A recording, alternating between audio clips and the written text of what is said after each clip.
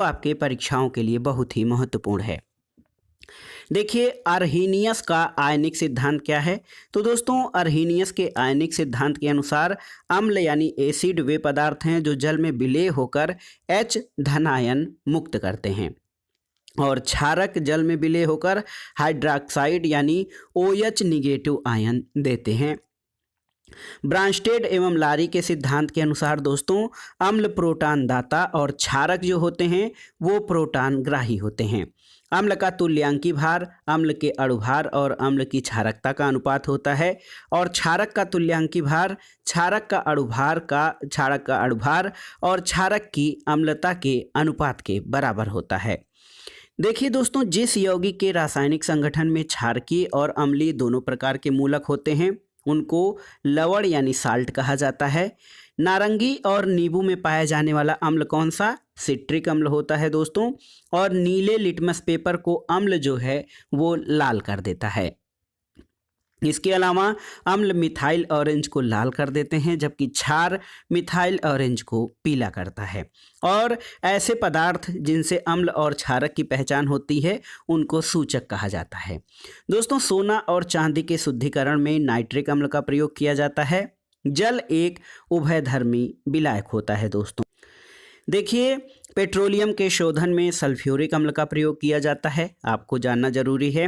अब आइए अम्ल और उनके प्राकृतिक स्रोतों के बारे में जानते हैं।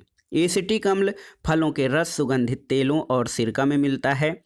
फार्मिक अम्ल चींटी, बर्रे और बिच्छू के डंक में। सिट्रिक अम्ल खट्टे फलों में। लैक्टिक अम्ल दूध में। टार्टरिक अम्ल इमली और अंगूर में। और मैलिक अम्ल दोस्तों सेब में पाया जाता है। देखिए सल्फ्यूरिक अम्ल प्राप्त करने का प्राकृतिक स्रोत जो है वो हरा कशिश होता है और रंग और औषधियों को बनाने के लिए और संचायक बैटरियों में प्रयुक्त अम्ल जो होता है वो सल्फ्यूरिक अम्ल होता है जिसका फार्मूला H2SO4 है। खट्टे पदार्थ बनाने में प्रयुक्त अम्ल एस्टिक अम्ल होता है। और देखिए रंग औषधियाँ अम्लराज और प्रयोगशाला में अभिकर्मक के रूप में हाइड्रोक्लोरिक अम्ल यानी HCl का प्रयोग किया जाता है। पशुओं के चारे को संरक्षित करने के लिए और रबर के स्कंदन और जीवाणुनाशक के रूप में फार्मिक अम्ल प्रयुक्त होता है। देखिए सिरका और अचार में दोस्तों एसिटिक अम्ल पाया जाता है। आइए देखते हैं धातु और उनके यौगिक और उनका विज्ञान में या दैनिक जीवन में प्रयोग। देखिए सोडियम बाइकार्बोनेट जिसका फार्मूला NaHCO3 होता है, ये अग्निशामक यंत्र, बेकरी उद्योग और प्रतिकारक के रूप में प्रयोग होते हैं। पारा थर्मामीटर अमलगम और सिंदूर बनाने में। जिप्सम इसका रासायनिक सूत्र CaSO4 × 2H2O होता है। ये दोस्तों जिप्सम सीमेंट उद्योग, प्लास्टिक ऑफ पेरिस और अमोनियम सल्फेट के निर्माण में स्वाद के रूप में किया जाता है। देखिए प्लास्टर ऑफ पेरिस इसका निर्माण या इसका प्रयोग मूर्ति निर्माण और शल्य चिकित्सा में होता है। ब्लीचिंग पाउडर CaOCl2 इसका उपयोग कागज और कपड़ों के विरंजन और कीटाणुनाशक के रूप में होता है। कैल्शियम ऑक्साइड CaO का प्रयोग ब्लीचिंग पाउडर बनाने के लिए और गारे के रूप में होता है। कैल्शियम कार्बोनेट दोस्तों कैल्शियम कार्बोनेट के बहुत ही महत्वपूर्ण उपयोग होते हैं। टूथपेस्ट, कार्बन डाइऑक्साइड और चूना बनाने में इसका प्रयोग होता है। क्लोरीन का प्रयोग मस्टर्ड गैस, ब्लीचिंग पाउडर, कपड़ा और कागज को विरंजित करने में और हाइड्रोक्लोरिक अम्ल के निर्माण में होता है। ब्रोमीन औषधि, टिंचर गैस और रंग उद्योग में इसका प्रयोग होता है। और देखिए अमोनिया NH3 ये आइस फैक्ट्री में और रेयान बनाने में प्रतिकारक के रूप में प्रयुक्त होता है। लाल फास्फोरस दिया सलाई बनाने में। आयोडीन रंग उद्योग, टिंचर आयोडीन बनाने में और कीटाणुनाशक के रूप में। हाइड्रोजन अमोनिया के उत्पादन, कार्बनिक यौगिक के निर्माण और रॉकेट ईंधन के रूप में प्रयुक्त होता है। और द्रव हाइड्रोजन बैटरी और हाइड्रोजन के निर्माण में प्रयुक्त किया जाता है। इसके अलावा दोस्तों जिंक ऑक्साइड का प्रयोग मलहम, पोर्सिलीन, पेंट आदि बनाने में होता है। और कार्बन डाइऑक्साइड आग बुझाने और सोडा वाटर बनाने में इसका प्रयोग किया जाता है। देखिए दोस्तों ऑक्जेलिक अम्ल का उपयोग फोटोग्राफी, कपड़ों की छपाई और रंगाई तथा चमड़े के विरंजक के रूप में होता है। दवा और खाद्य पदार्थों के संरक्षण में या परिरक्षण में बेंजोइक एसिड का प्रयोग किया जाता है। धातुओं को साफ करने में सिट्रिक अम्ल का प्रयोग करते हैं। दोस्तों वस्त्र उद्योग में सिट्रिक अम्ल का प्रयोग होता है और अम्ल के गुणों को सबसे पहले बायल एक वैज्ञानिक रहे, इन्होंने ज्ञात किया था, रॉबर्ट बायल ने। देखिए पेट्रोल के शुद्धिकरण और कागज़ बनाने में जो प्रयुक्त क्षार होता है दोस्तों, उसको कास्टिक सोडा यानी सोडियम हाइड्रोक्साइड कहते हैं। क्षार की विशेषता या गुण ये होता है कि क्षार जो होते हैं लाल लिटमस पेपर को नीला कर देते हैं और टर्मेरिक पत्र को भूरा कर देते हैं। सर्वाधिक साधारण और दुर्बल क्षार अमोनिया है। आइए प्रमुख लवण, उनके रासायनिक नाम और उपयोग के बारे में जान लेते हैं। दोस्तों साधारण नमक, जिसको सोडियम क्लोराइड कहा जाता है, ये भोजन में स्वाद बढ़ाने के लिए, अचार के परिरक्षण में और मांस मछली के संरक्षण में प्रयुक्त होता है। धावन सोडा जो सोडियम कार्बोनेट होता है या Na2CO3, इसका प्रयोग दोस्तों कपड़ा धोने, कांच के निर्माण, कास्टिक सोडा और अपमार्जक चूर्ण बनाने में होता है। खाने के सोडा जिसको सोडियम बाइकार्बोनेट कहते हैं, इसका प्रयोग बेकिंग पाउडर, अग्निशमन और पेट की अम्लता को कम करने में प्रयोग किया जाता है। फिटकिरी, ये पोटेशियम एल्यूमिनियम सल्फेट होता है, जिसका फार्मूला देखिए K2SO4 Al2SO4 का थ्राइस इंटू 24H2O होता है। ये रंगाई, कटे हुए स्थान से रक्त रिसाव को रोकने और पानी को शुद्ध करने में उपयोग किया जाता है। शोरा जो पोटेशियम नाइट्रेट यानी KNO3 होता है, ये बारूद बनाने और उर्वरक के रूप में प्रयोग किया जाता है। नीला थोथा या कॉपर सल्फेट दोस्तों, इसका प्रयोग कवकनाशी के रूप में विद्युत लेपन, रंगाई और छपाई में होता है। आइए देखते हैं पीएच मान। पीएच मान का मतलब होता है पावर ऑफ हाइड्रोजन। दोस्तों पीएच मान सोरेनसन की देन है और पदार्थों की अम्लीयता या क्षारीयता को पीएच मान से प्रदर्शित करते हैं। पीएच का पूरा नाम पोटेंशियल ऑफ हाइड्रोजन होता है। दोस्तों पीएच का मान 0 से 14 के बीच एक संख्या होती है। और आइए जानते हैं ऐसे विलयन जिनका पीएच मान 7 से कम होता है, वे अम्लीय प्रकृति के होते हैं, और ऐसे विलयन जिनका पीएच मान 7 से अधिक होता है, क्षारीय प्रकृति के होते हैं। ऐसे विलयन जिनका पीएच मान 7 होता है, वे उदासीन होते हैं। तो देखिए 7 से कम पीएच मान वाले अम्लीय, 7 से अधिक पीएच मान वाले क्षारीय और 7 पीएच मान वाले उदासीन होते हैं। वह संख्या जो किसी पदार्थ की अम्लीयता और क्षारीयता को प्रदर्शित करती है पीएच मूल्य या पीएच मान कहलाती है। दोस्तों इसका मान हाइड्रोजन आयन यानी हाइड्रोजन धनायन के सांद्रण के व्युत्क्रम के लघुगणक के बराबर होता है। आइए देख लेते हैं प्रमुख पदार्थों के पीएच मान के बारे में। देखिए दोस्तों शराब यानी वाइन का पीएच मान 2.8 से 3.8 होता है। दूध का पीएच मान 6.5 से 6.7 के बीच। समुद्री जल का पीएच मान 7.5 से 8.4।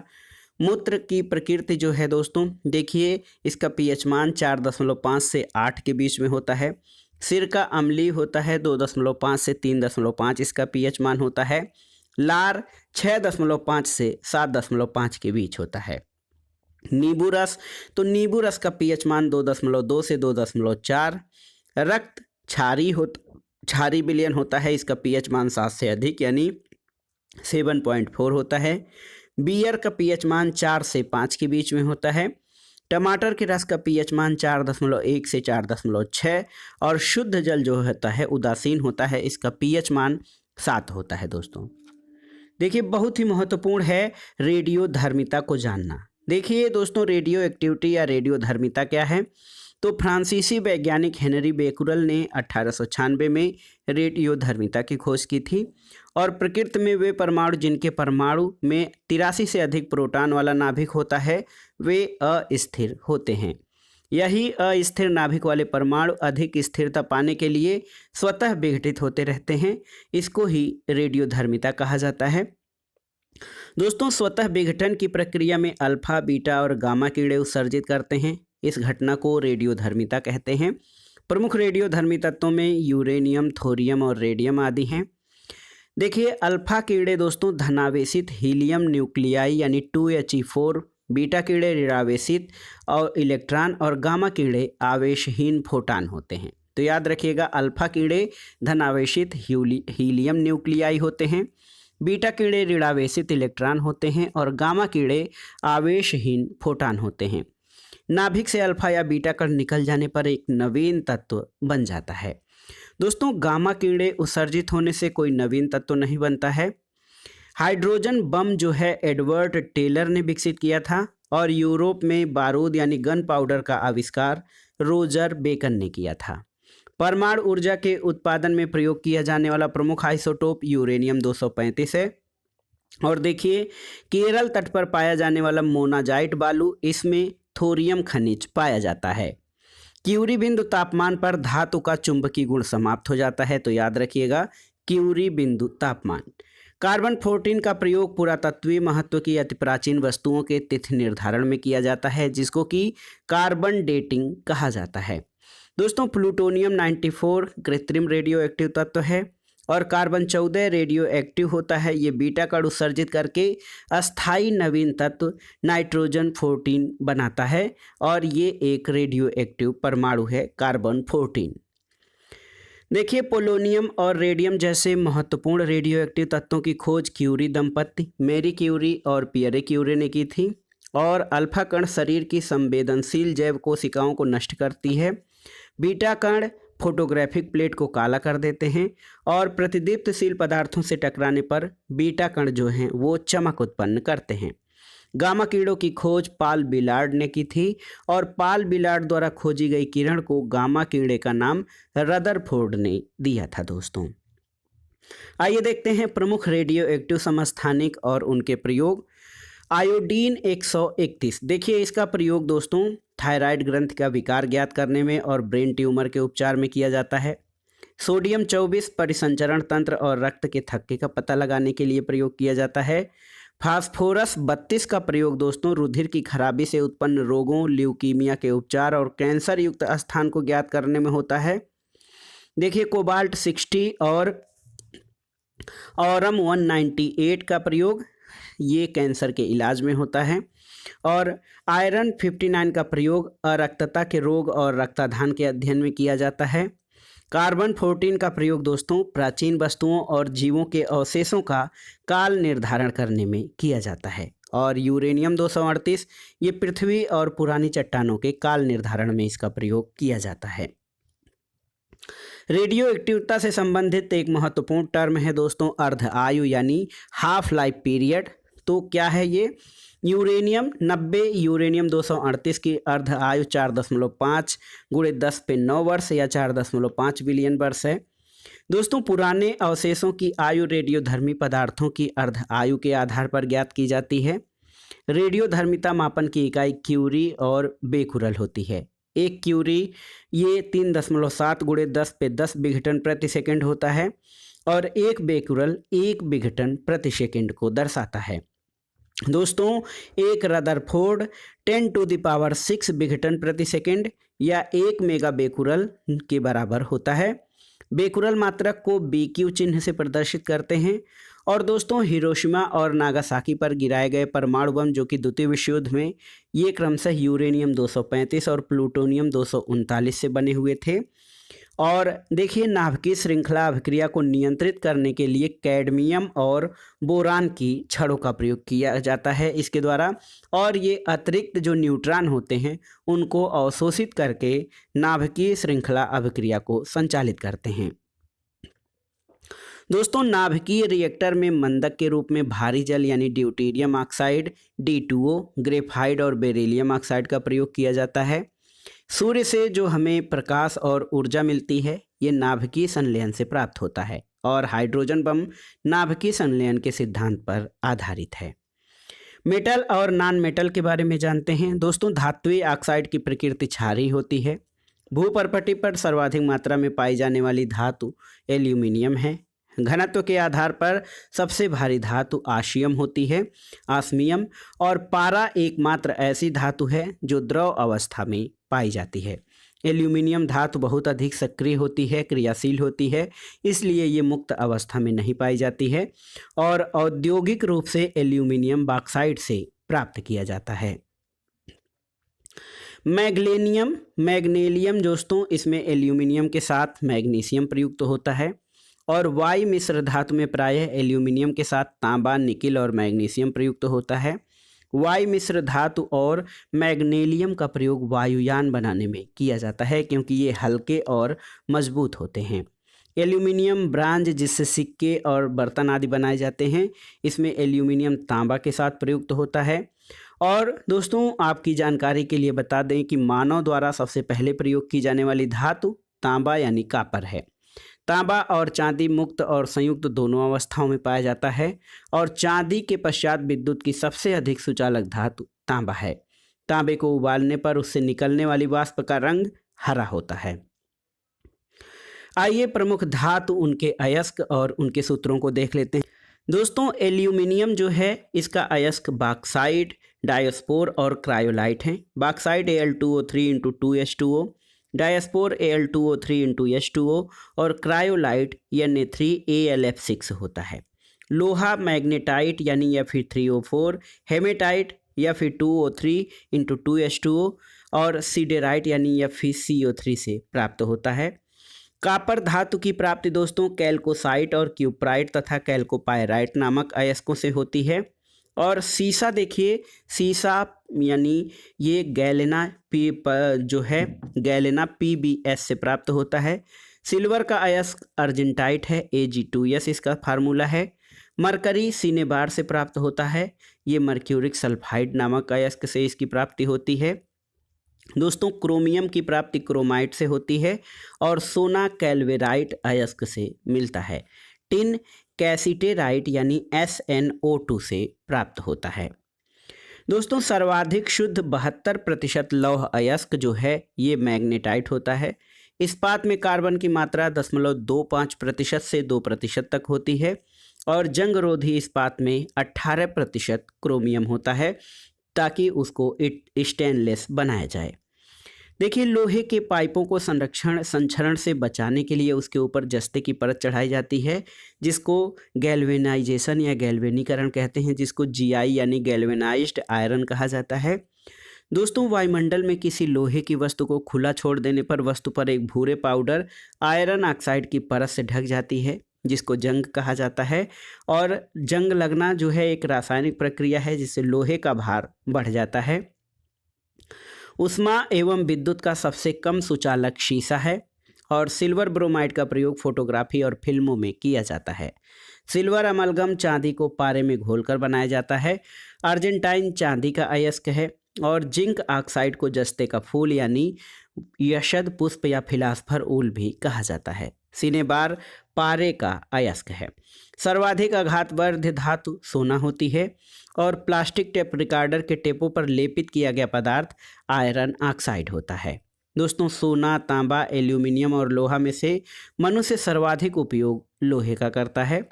स्टेनलेस स्टील बनाने के लिए काम आने वाला युग्म क्रोमियम और इस्पात होता है और तापमापी जो थर्मामीटर है उसमें तरल धातु पारे का प्रयोग किया जाता है। दोस्तों अधातुओं से चादरें या तार नहीं बनाए जा सकते क्योंकि ये भंगुर होती हैं और वह धातु जिसका ऑक्साइड परत बनाने के कारण से क्षरण नहीं होता वो एल्यूमिनियम है। स्लैग यह नाम गलित कैल्शियम सिलिकेट को दिया जाता है। गलित कैल्शियम सिलिकेट को स्लैग कहते हैं। और दोस्तों तांबा विद्युत अपघटन के द्वारा शुद्ध होता है। 18 कैरेट स्वर्ण में शुद्ध स्वर्ण का अनुपात केवल 75% होता है और जो 24 कैरेट गोल्ड होता है दोस्तों वो 100% सोना होता है। स्वर्ण की शुद्धता को कैरेट में व्यक्त करते हैं और स्वर्ण का शुद्धतम रूप 24 कैरेट यानी 24 कैरेट होता है। विश्व में सोना मुख्यतः अफ्रीका, संयुक्त राज्य अमेरिका, कनाडा, रूस और ऑस्ट्रेलिया में पाया जाता है। और सोने के प्रमुख अयस्क जो हैं केलावेराइट और सिल्वेनाइट हैं। सोने के यौगिक जो हैं आरिक क्लोराइड का उपयोग सर्प विषरोधी इंजेक्शन बनाने में होता है और स्वर्ण जो है एक्वारेजिया जिसको अम्लराज कहते हैं उसमें घुल जाता है। देखिए प्लेटिनम या वाइट गोल्ड जो होता है इसको सफ़ेद स्वर्ण या सफ़ेद सोना कहा जाता है। प्लेटिनम का उपयोग आभूषण और मिश्र धातु बनाने में किया जाता है। पारा चांदी की तरह सफ़ेद और चमकीली धातु है। पारा साधारण ताप पर द्रवित रहता है यानी साधारण कमरे के तापमान पर पारा द्रव अवस्था में पाई जाने वाली धातु है। पारा जो है ये विद्युत एवं ऊष्मा का सुचालक होता है और मर्क्यूरस क्लोराइड को कैलोमल भी कहा जाता है। कैलोमल का उपयोग औषधि बनाने और औषधि के रूप में होता है। सिंदूर मर्क्यूरी क्लोराइड से बनाया जाता है। पारा धातुओं के साथ मिलकर धातुई घोल अमलगम का निर्माण करता है। दोस्तों, पारा लोहे के साथ धातुई घोल अमलगम का निर्माण नहीं करता है, तो याद रखिएगा धातुओं के साथ पारा अमलगम बनाता है लेकिन लोहे के साथ नहीं। शीशे का प्रमुख अयस्क गैलेना है और शीशा विद्युत एवं ताप का कुचालक होता है। लेड ऑक्साइड को लिथार्ज कहा जाता है और राजस्थान की जावर खान शीशा और जिंक की प्रमुख खान है। वायुयान के निर्माण में दोस्तों पैलेडियम नामक धातु का प्रयोग किया जाता है और प्रकृति में पाई जाने वाली सबसे अधिक क्रियाशील धातु सीजियम है। मैग्नीशियम धातु का प्रमुख अयस्क कार्नेलाइट यानी KCl MgCl2 × 6H2O होता है, तो ये मैग्नीशियम धातु का अयस्क है। मैग्नीलियम मिश्र धातु का निर्माण मैग्नीशियम 5 से 30% और एल्यूमिनियम 70 से 95% के मिश्रण से किया जाता है। और ड्यूरालुमिन ये मिश्र धातु का निर्माण एल्यूमिनियम 95%, कापर 4%, मैग्नीशियम 0.5% और मैग्नीज 0.5% के मिश्रण से होता है। मैग्नीलियम एक मिश्र धातु है जो बहुत हल्की होती है, इसलिए इसका उपयोग हवाई जहाज़ के निर्माण में किया जाता है। और प्रेशर कुकर का निर्माण दोस्तों ड्यूरालुमिन से किया जाता है। देखिए, मैग्नीज धातु का प्रमुख अयस्क पाइरोलुसाइट है और पोटेशियम परमैंगनेट यानी KMnO4 मैग्नीज का यौगिक होता है। पोटेशियम परमैंगनेट को लाल दवा भी कहते हैं। इसका उपयोग जल को कीटाणु रहित करने और घाव में पट्टी करने के लिए किया जाता है। दोस्तों, लोहे का प्रमुख अयस्क लाल हेमेटाइट होता है। लोहे पे जंग लगना हमने अभी देखा है कि ये केमिकल रिएक्शन का उदाहरण है और लोहे की कमी से एनीमिया यानी रक्ताल्पता या रक्त क्षीणता नामक रोग मनुष्य में होता है। हरा कशिश जिसको FeSO4 × 7H2O कहा जाता है, ये लोहे का यौगिक है। इसका उपयोग मोहर लवण और स्याही बनाने में किया जाता है। लोहे का शुद्धतम रूप पिटवा लोहा होता है और कांच के निर्माण में प्रयुक्त कच्ची सामग्रियां बालू, सोडा और चूना पत्थर हैं। प्रायः एस्बेस्टस, कैल्शियम और मैग्नीशियम द्वारा बनाई जाती है। जस्ते का प्रमुख अयस्क जिंक ब्लेंड होता है जिसको जिंक सल्फाइड कहा जाता है और जस्ते का उपयोग पीतल, कांसा, जर्मन सिल्वर आदि मिश्र धातुओं को बनाने में किया जाता है। दोस्तों, चांदी और सोने के निष्कर्षण में जस्ते का उपयोग किया जाता है और सफ़ेद कशिश जस्ते का एक यौगिक है। जिंक सल्फाइड का प्रयोग स्फुरदीप्ति पर्दे बनाने के लिए किया जाता है और जिंक कार्बोनेट से चर्म रोग की दवा बनाई जाती है। जिंक फास्फाइड का उपयोग चूहे मारने का विष बनाने के लिए किया जाता है और जिंक क्लोराइड का प्रयोग लकड़ी की वस्तुओं के कीड़ों से बचाने के लिए किया जाता है। आयरन पायराइड्स को झूठा सोना यानी फूल्स गोल्ड भी कहते हैं। आइए देखते हैं मिश्र धातु यानी एलॉयस के बारे में।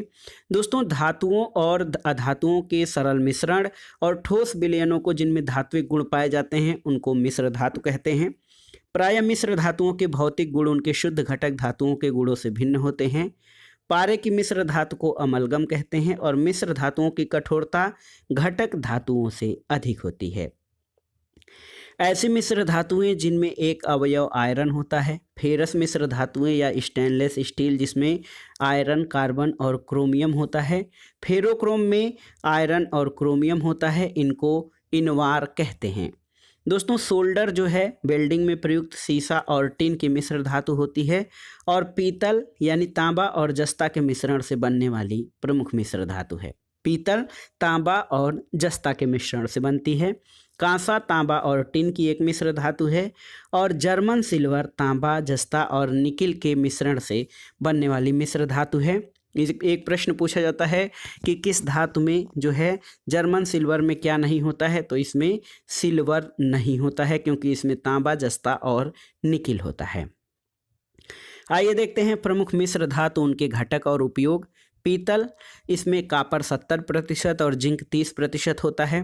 तार, बर्तन और मशीन के पुर्जे बनाने में इसका उपयोग किया जाता है।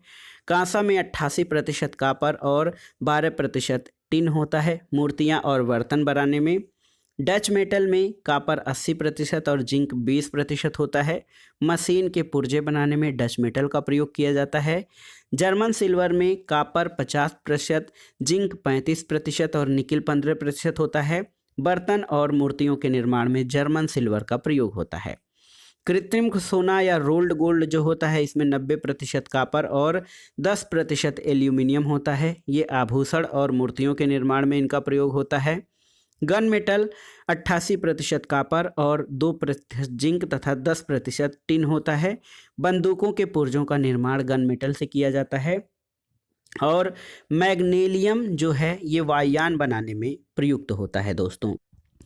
देखिए मैग्नीशियम जो होता है इसमें एल्यूमिनियम 70 से 95% और मैग्नीशियम 5 से 30% होता है, जिसका उपयोग वायुयान बनाने में होता है। ड्यूरालुमिन इसमें एल्यूमिनियम 95%, मैग्नीज जो होता है 0.5%, कापर 4% और मैग्नीज 0.5% होता है। इसमें ड्यूरालुमिन में मैग्नीशियम 0.5% और मैग्नीज 0.5% होता है। इसका उपयोग यानी इस मिश्र धातु का उपयोग वायुयान एवं प्रेशर कुकर बनाने में किया जाता है। मोनल मेटल इसमें निकिल 70%, कॉपर 28% और लोहा 2% होता है। मूर्ति निर्माण में इसका प्रयोग होता है। और कांस्टेंटन जो होता है इसमें निकिल 40% और कॉपर 60% होता है। तार निर्माण में इसका प्रयोग होता है। आइए अब हाइड्रोजन के बारे में जानते हैं दोस्तों। हाइड्रोजन का संकेत कैपिटल एच होता है और इसका परमाणु क्रमांक 1 होता है। हाइड्रोजन का परमाणु भार 1.008 है। हाइड्रोजन की खोज हेनरी कैवेंडिश ने 1766 में की थी। हाइड्रोजन ऑक्सीजन के साथ नीली लौ के साथ जलता है और इसके फलस्वरूप जल की प्राप्ति होती है। हाइड्रोजन के 3 समस्थानिक प्रोटियम यानी 1H1, ड्यूटेरियम यानी 1H2 और टाइट्रियम 1S3 या इसका सूत्र T होता है। ड्यूटेरियम को भारी हाइड्रोजन कहते हैं। ड्यूटेरियम की खोज यूरे ब्रिकवेड और मर्फी नामक वैज्ञानिकों ने 1931 में की थी।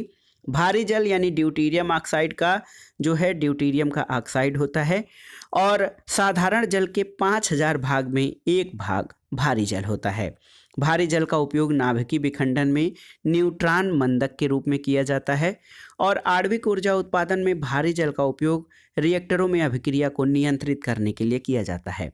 दोस्तों जितने भी ज्ञात तत्व हैं उसमें हाइड्रोजन सबसे हल्का तत्व है और हाइड्रोजन परऑक्साइड यानी H2O2 का उपयोग कीटाणुनाशी और प्रतिरोधी के रूप में किया जाता है। H2O2 विरंजक का भी कार्य करता है और इसका उपयोग बालों के ब्लीचिंग के लिए भी किया जाता है। दोस्तों H2O2 का उपयोग घाव को धोने, कान को साफ करने में किया जाता है। तो ये था